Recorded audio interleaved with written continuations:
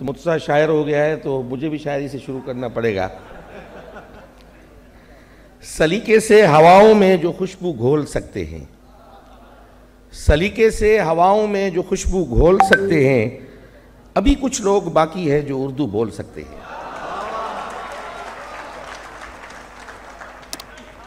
Stage पे बैठे हुए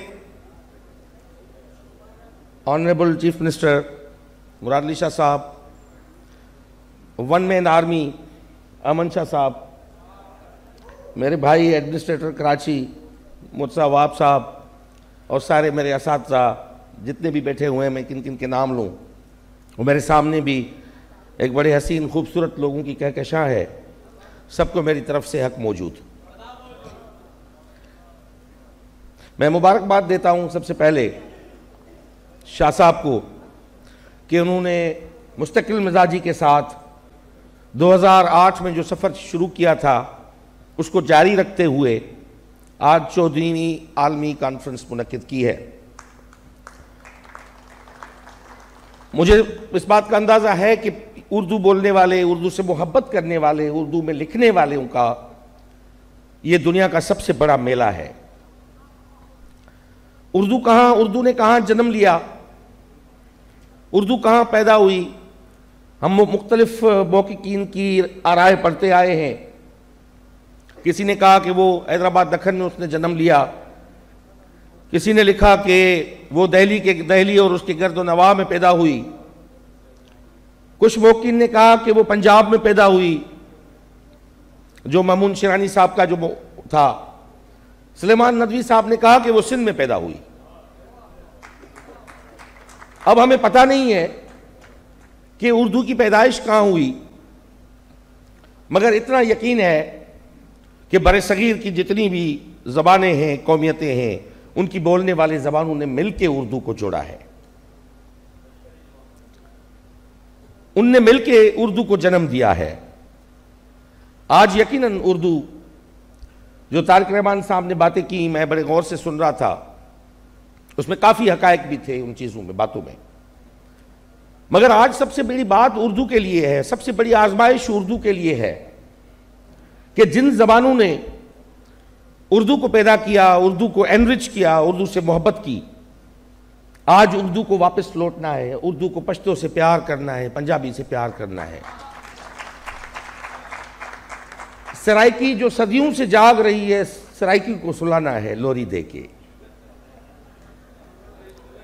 सिंधी से प्यार करना है और सिंधी को भी अपने गोद में लेना है। हम समझते हैं कि जो बिल अभी भी सेनेट में वो पड़ा हुआ है, नेशनल असेंबली में, कौमी ज़बानों को नेशनल लैंग्वेजेस डिक्लेयर करने का, उस हवाले से भी आवाज़ खुशकिस्मती है। मैं समझता हूँ ये अच्छी बात है, फ़ख्रिया बात है कि अब आर्ट्स काउंसिल से हमेशा आलमी उर्दू कॉन्फ्रेंस से ये आवाज़ उठती रही है। मगर अब हमें सोचना होगा, हमारे सामने बहुत बड़े चैलेंजेस हैं, मल्टीपल चैलेंजेस हैं। हम जिस तहजीब के वारिस हैं, जिस तहजीब से ताल्लुक़ रखते हैं, जो वादी सिंध की तहजीब जो कश्मीर से शुरू होकर काली बैंगन तक जाती है, जो हरियाणा को, राजस्थान को, पंजाब को वो समेटते हुए वो आगे बढ़ती है तारीख में, आज उस तहजीब के जो बुनियादी जो अंसर हैं, जो हमारे सैलिएंट फीचर्स हैं, जो हमारे कदर हैं, उनके सामने बहुत बड़े चैलेंजेस हैं, सामने खड़े हैं। हम देख रहे हैं सियालकोट का जो वाकया है वो कल हुआ है। ये इंतहा पसंदी का जो तूफान आगे बढ़ा है, इसमें रियासती पॉलिसियों ने अपना रोल प्ले किया है। बदकिस्मती से हमारी जो सेंटर में जो रियासत है और जो पॉलिसीज़ है, वहाँ पे वो कल्चर नहीं है, वो वल्चर की पॉलिसीज़ है, वो एंटी कल्चर है। उनको प्रो कल्चर होना पड़ेगा। अब साद रिजवी से डायलॉग करने की ज़रूरत नहीं है। अगर इस मुल्क को हम चलाना चाहते हैं फेडरेशन के तौर पे, तो आज जो डायलॉग होना चाहिए वो नूरुल हुदा शाह से, किश्वर नाहिद से, सलीमा हाशमी से, डॉक्टर अशुल हाल से डायलॉग करे, रियासत उनसे बात करे। अगर वो अपने स्पिरिट और रूह में, उसी रूह के साथ वो चलाना चाहती है इस मुल्क को, फेडरेशन को फेडरेशन के तौर पे रखना चाहती है, तो डायलॉग इनसे करना पड़ेगा। उनसे डायलॉग नहीं करना पड़ेगा जो पूरे मुल्क को यरगमाल कर देते हैं। हम समझते हैं कि हमारे पीछे हमारी असास है, हमारे साथ है, हम उसको भुला बैठे हैं। अगर पंजाब को सियालकोट जैसे वाक़ों से पंजाब को बचाना है तो उनको बुल्ला शाह, शाह हुसैन, सुल्तान बाहू, मियां मोहम्मद बख्श और वारिस शाह की तरफ रुजू करना पड़ेगा। अगर केपी को सरहद को बचाना है तो रहमान बाबा, खुशहाल खान खटक से रुजू करना पड़ेगा। अगर बलूचिस्तान को बचाना है तो जाम दुर्क और मस्त तवक्कली से रुजू करना पड़ेगा। हम सिंध आज भी, मुझे खुशी है कि सिंध आज भी अपनी लैंग्वेज को पार्टीशन के बाद, अपनी मां बोली को, अपने कल्चर को, सकाफत को हम अब भी ऑन करके खड़े हैं। ये कल का दिन है, आपने देखा होगा कि कराची में हजारों लोग जो है कराची प्रेस क्लब के निकल आए थे। हम आज भी बचा के बैठे हैं, क्योंकि हमें किसने बचाया है? हमें रियासत ने नहीं बचाया, हमें शाह लतीफ ने बचाया है, हमें सच्चल ने बचाया है, हमें शाह इनायत झोंक वाले ने बचाया है। क्योंकि वहां पे आज भी शाह लतीफ का उर्स होता है। मुझे बड़ा दुख हुआ था जब ख्वाजा गुलाम फरीद की बरसी पे मैं गया था वहां पे, तो पंजाब का मिनिस्टर मेरे साथ बैठा हुआ है, मुझसे पूछ रहा है कि एक मुझे शेर तो बता दो, कोई बैत तो बता दो। पंजाब का कल्चर मिनिस्टर कह रहा है ख्वाजा गुलाम फरीद का मुझे कोई बैत बताओ, मैं तकरीर में पढ़ूंगा। तो मैं समझता हूं कि अब हमें ये हमारे तारुफ है, बुनियादी जो हमारे तारुफ है, जिनने 900 साल तक मुलायत के खिलाफ, इंतहा पसंदी के खिलाफ जिनने जंग लड़ी है, अमली तौर पे दिल्ली की रियासत में मुसलमान बैठे हुए थे, मुसलमान अकलियत में होते हुए भी जिन्होंने जंग लड़ी है, वो मजहब ने नहीं लड़ी है, वो उस प्लूरल इंक्लूसिव अप्रोच ने लड़ी है जो यहां पे सूफियों ने कायम की थी, ख्वाजा अजमेर से लेके बिरशाह तक।